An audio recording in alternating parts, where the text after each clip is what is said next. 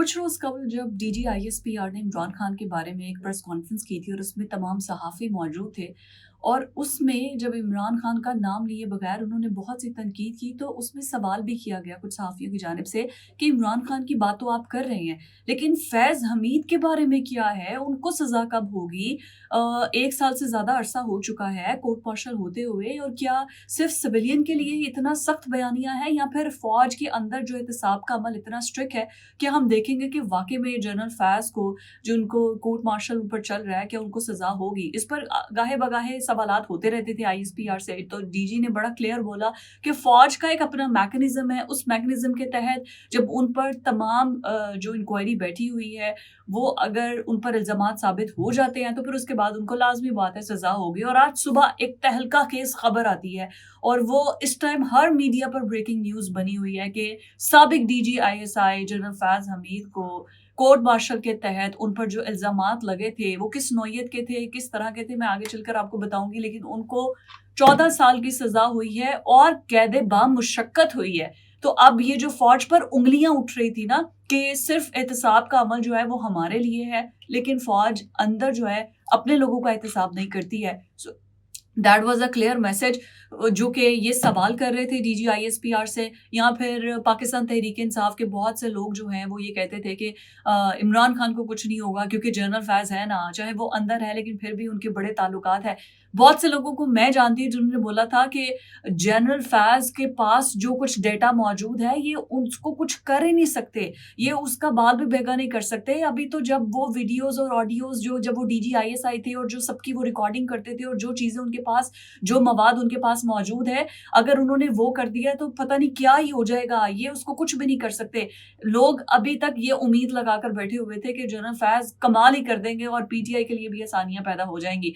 But आज जिस तरीके से ये जो एक बयानिया बनाया गया था, वो जिस तरीके से डिमोलिश हुआ है, डिस्ट्रॉय हो गया है, और फ़ौज ने अपने ही बंदे को, जब उन पर इल्ज़ामात लगे हैं और इल्ज़ामात जो हैं वो उनके सबूत भी मिल गए हैं। एक आपको पता है कि वो जो टॉप सिटी हाउसिंग सोसाइटी वाला केस था, वो तो सबसे पहले आया था ना, और उसमें उन्होंने किस तरीके से करोड़ों रुपए रिश्वत लिए अपने एक फ्रंट मैन के ज़रिए। फिर उसके बाद इन्होंने एक चैनल को ज़बरदस्ती उनसे कहा कि आप इसकी फंडिंग भी करें।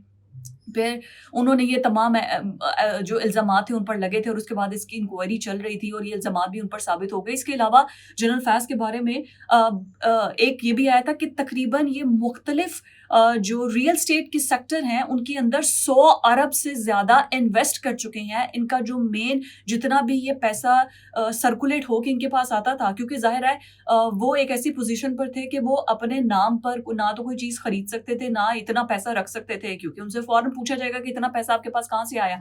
सो इन इन दैट कॉन्टेक्स्ट ये एक स्कैंडल बहुत बड़ा तब भी आया था, जिस पर मैंने पहले भी ये बात की थी कि वो 100 अरब से ज़्यादा मुख्तलिफ रियल एस्टेट के जो सेक्टर्स थे, वो उसमें इन्वेस्ट कर चुके थे, और बहुत बड़ी तादाद में जो रिश्वत, जो पैसा और ये सब कुछ आता था, वो इस तरीके से इन्वेस्ट किया जाता था। इनके नाम पर, इनके नीचे कितने लोग जो थे वो इनके फ्रंट मैन थे और जो इस तरीके से पैसा जो है वो इकट्ठा करते थे। ये तमाम इल्ज़ामात जो 15 महीने इंक्वायरी चली है, और उसके बाद इनको बाकायदा हक था कि ये अपनी मर्ज़ी से अपनी वुकला टीम तश्कील दे सकते हैं। तश्कील देने के बाद जो है फिर जाके जो है वो इन पर तमाम इंक्वायरी हुई है। इंक्वायरी होने के बाद इल्ज़ामात साबित हुए। अब इन पर इल्ज़ामात जो साबित हुए हैं, वो सबसे पहले ये डीजी आईएसआई एक बहुत ही अहम पोजीशन पर रहे हैं।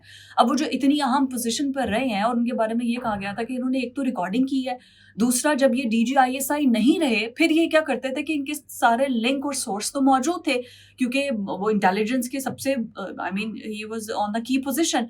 तो ये अफ़गानिस्तान के अंदर अपना असर और रसूख इस्तेमाल करते थे। चाहे वो डीजी आईएसआई नहीं रहे थे, बट स्टिल वो अपने रिसोर्सेज़ वो इस्तेमाल करते थे।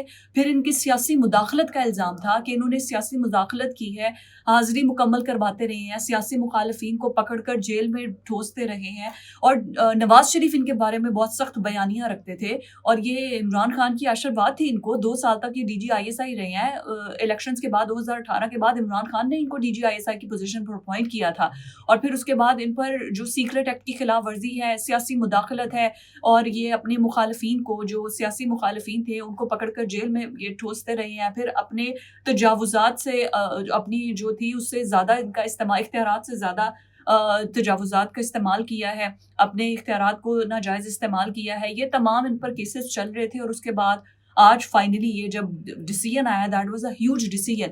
اب اس پر سیاسی مخالفین بھی بہت زیادہ، عطا طارق کا میں بیان دیکھ رہی تھی، خواجہ آصف کا بیان اس پہ آیا.